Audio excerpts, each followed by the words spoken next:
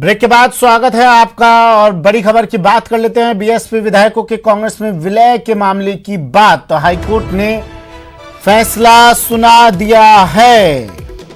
बड़ी खबर अखबार में प्रकाशित करवाए जाएंगे नोटिस। बाड़मेर और जैसलमेर एडिशन में नोटिस अब प्रकाशित करवाए जाएंगे। बीएसपी विधायकों को नोटिस जारी होंगे। जैसलमेर डीजे नोटिस की तामील करवाएंगे और वो जैसलमेर एसपी की मदद लेंगे नोटिस तामील करवाने में। 8 तारीख इन नोटिसों को तामील कराने की तारीख तय की गई है।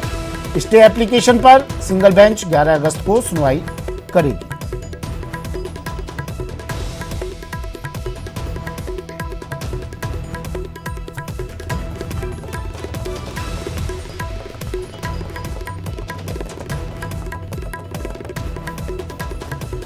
बड़ी खबर है इस वक्त की। हाईकोर्ट में सुनवाई हुई, नोटिस अखबार में प्रकाशित करवाए जाएंगे और जैसलमेर डिस्ट्रिक्ट जज या एसपी द्वारा नोटिस तामील करवाए जाएंगे। 8 तारीख तक हाईकोर्ट ने फैसला सुना दिया है। 8 तारीख तक नोटिस तामील होने चाहिए। बीएसपी विधायकों को नोटिस जारी होंगे। एकल पीठ विलय पर स्टे एप्लीकेशन पर ऑर्डर पारित करे, ये भी कह दिया है हाईकोर्ट ने। और 11 तारीख को इस विलय पर स्टे एप्लीकेशन पर ऑर्डर पारित करेगी एकल पीठ। गोवर्धन चौधरी मेरे सहयोगी सीधा हमारे साथ जैसलमेर से जुड़ गए हैं। गोवर्धन, हाईकोर्ट के इस फैसले के बाद, इस आदेश के बाद अब जैसलमेर में उस होटल में किस तरह की हलचल है?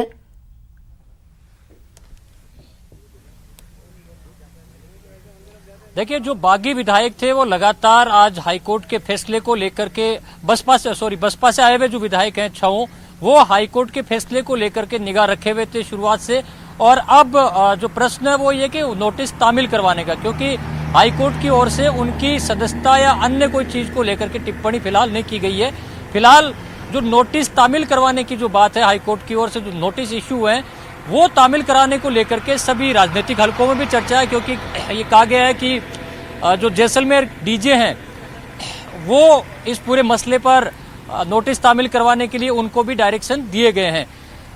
स्थानीय जो अखबार है उनमें ये 6 विधायकों के लिए जो हाईकोर्ट से नोटिस जारी हुए हैं उनको छपवाया जाएगा और ताकि वो पढ़ सकें, और व्यक्तिगत तौर से भी उनको नोटिस दे करके और वो नोटिस तामील करवाए जाएंगे। फिलहाल की स्थिति ये है।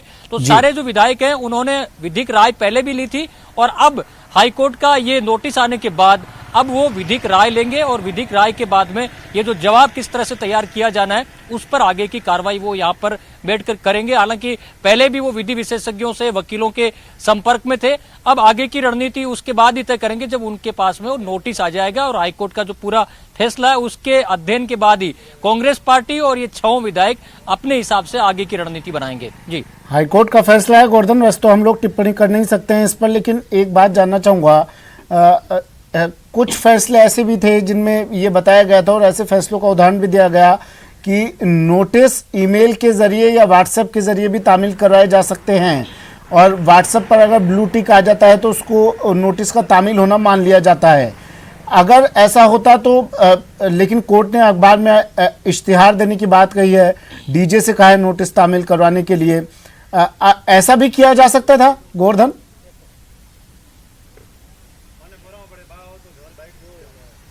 बिल्कुल, देखिए व्हाट्सएप, मेल ये माध्यम है, लेकिन इनमें फिर भी एक संदेह की गुंजाइश रहती है कि नेटवर्क काम नहीं करने का एक तर्क दिया जा सकता है। इसमें ये दोनों जो माध्यम है इनमें ये संदेह की गुंजाइश रहने की वजह से फिर कानूनी पक्ष हो सकता है, जो एक प्राकृतिक न्याय का सिद्धांत है उस पर सवाल उठे। इसलिए उन नोटिस की प्रति को जो स्थानीय अखबार हैं उनमें छपवाने के लिए कह दिया गया है, ताकि कम से कम उनके यहाँ पर अगर नेटवर्क काम नहीं कर रहा हो तो अखबार तो पहुंच जाएंगे। इसके बावजूद मान लीजिए वो अखबार नहीं पढ़ते हैं तो व्यक्तिगत तौर से उनको डीजे को और यहाँ एसपी को जिम्मेदारी दे दी गई है कि वो जिस होटल में रुके हुए हैं, जहां पर रुके हुए हैं, उनको व्यक्तिगत रूप से भी जाकर के दे दिया जाए। तो सारे जो मीडिया, चलिए गोवर्धन, मैं फिर से लौटूंगा आपके पास। उपनेता प्रतिपक्ष राजेंद्र राठौर जी हमारे साथ फोन लाइन पर जुड़ गए हैं। राजेंद्र जी, स्वागत है आपका न्यूज 18 राजस्थान में। देखिए, बात तो हालांकि बसपा के विधायकों की हो रही है, लेकिन कहीं ना कहीं मुश्किलें यहां पर गहलोत सरकार की बढ़ जाएंगी। आज के फैसले से लग रहा है आपको? हेलो राजेंद्र जी, आवाज सुन पा रहे हैं आप मेरी? जी जी जी। देखिए, पूरा मामला अब न्यायिक समीक्षा के अंदर है जी।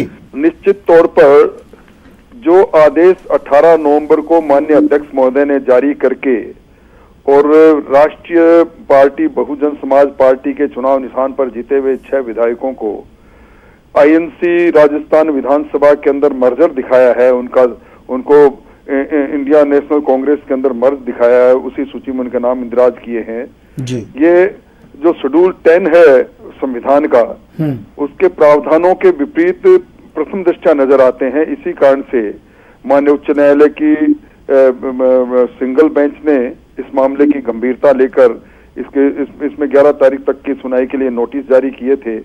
और आज चूंकि जो प्ली लेकर बहुजन समाज पार्टी के अधिवक्ता मिश्रा जी और दूसरे लोगों ने उच्च न्यायालय में जो अपनी बात कही, उसका मुख्य आधार यह था कि अगर 14 तारीख को या उसके पश्चात किसी तारीख को विश्वास मत पर मतदान होता है, चूंकि बहुजन समाज पार्टी के चुनाव निशान पर जीते हुए 6 विधायक का नाम आज इंदिरा गांधी कांग्रेस के विधायक दल की सूची में शामिल है, तो उन पर व्हिप भी जारी नहीं हो पाएगा और वो वोट दे देंगे तो उनका एक तरह से बहुजन समाज पार्टी के टिकट पर जीतकर और बिना पार्टी की इच्छा के विरुद्ध वोट दे देना होगा। इसलिए इस पर निर्णय जल्दी हो। आज जो नोटिस जारी किए हैं विशेष तौर पर 8 तारीख को डिस्ट्रिक्ट जज के माध्यम से उनकी तामील करने का जो हुक्म दिया है डबल बेंच ने, ये राजस्थान के न्यायिक इतिहास में बिरले ही प्रकरण ऐसे हुआ करते हैं। वरना इसकी गंभीरता को देखते हुए जब 8 तारीख को तामील हो जाएंगे और 11 तारीख को सिंगल बेंच इस पर सुनवाई करेगी तो निश्चित तौर पर संभावनाओं से इनकार नहीं किया जा सकता कि कोई इस प्रकार का निर्णय आ सकता है कि उन्हें मूल अपनी पार्टी के अंदर वापस लौटे। और माने विधानसभा अध्यक्ष जी ने जो 18 नवंबर का उनका आदेश है उस पर स्थगित भी किया जा सकता है और उन्हें विधानसभा में विधायक दल के रूप में भाग लेने के लिए भी किसी प्रकार की पाबंदी और उनकी संभावना से इनकार नहीं किया जा सकता।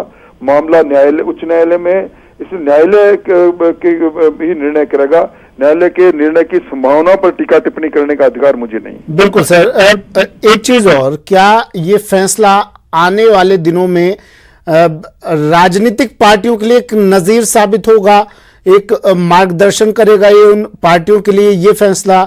और अगर ऐसा हुआ तो बीजेपी का तो इसमें से बड़ा रोल रहेगा क्योंकि मदन दिलावर जी गए हैं कोर्ट में लेकर इस मामले को।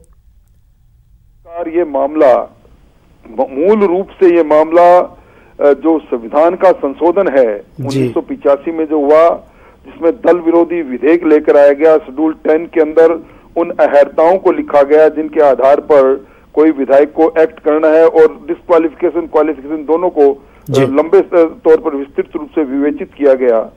आज ये मामला राजस्थान उच्च न्यायालय की सिंगल बेंच में भी है जी। आज यही मामला राजस्थान उच्च न्यायालय की उच्च बैंक में भी है, डबल बेंच में भी है। आज यही मामला उच्चतम न्यायालय में है। जब तीनों शीर्षस्थ न्यायिक न्यायालयों के अंदर मामला है तो निश्चित तौर पर इसका जो निर्णय आएगा वो न केवल नजीर बनेगा बल्कि रिपोर्टिंग केस होंगे जिसके आधार पर एक तरह से पुनः समीक्षा हो जाएगी 10 शेड्यूल की। और आने वाले समय के अंदर अगर ये फैसला होता है और मदन जी दिलावर के उस रिट पिटीशन पर होता है तो निश्चित तौर पर भारतीय जनता पार्टी जो सुचिता की राजनीति करना चाहती है उस सुचिता की राजनीति को बल मिलेगा जी। लेकिन सर कांग्रेस बार बार ये कहती आई है कि ठीक है, बसपा की तरफ से कहा जा रहा है, बीजेपी की तरफ से कहा जा रहा है कि जब तक पूरी पार्टी का विलय नहीं होता तो ये असंवैधानिक है, ये विलय नहीं माना जाएगा। लेकिन कांग्रेस ये कहती आई है बार बार कि पार्टी की एक इकाई का विलय हो सकता है।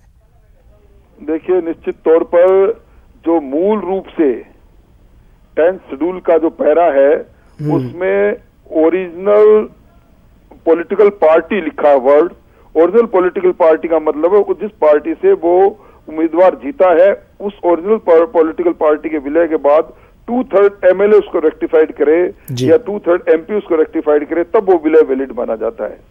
अगर ये अलग से एक गुट के रूप में काम करते, अगर ये बहुजन समाज पार्टी में बने रहते और राजेंद्र गुड़ा गुट के रूप में काम करना चालू कर देते तो भी इनकी वैधानिकता पर सवाल नहीं उठाया जा सकता था, पर विप बहुजन समाज पार्टी की इनको माननी पड़ती। जी। विप जारी करने का अधिकार पॉलिटिकल पार्टी को है, उसका जरिया चीफ विप तो उसका एक जरिया है। जी।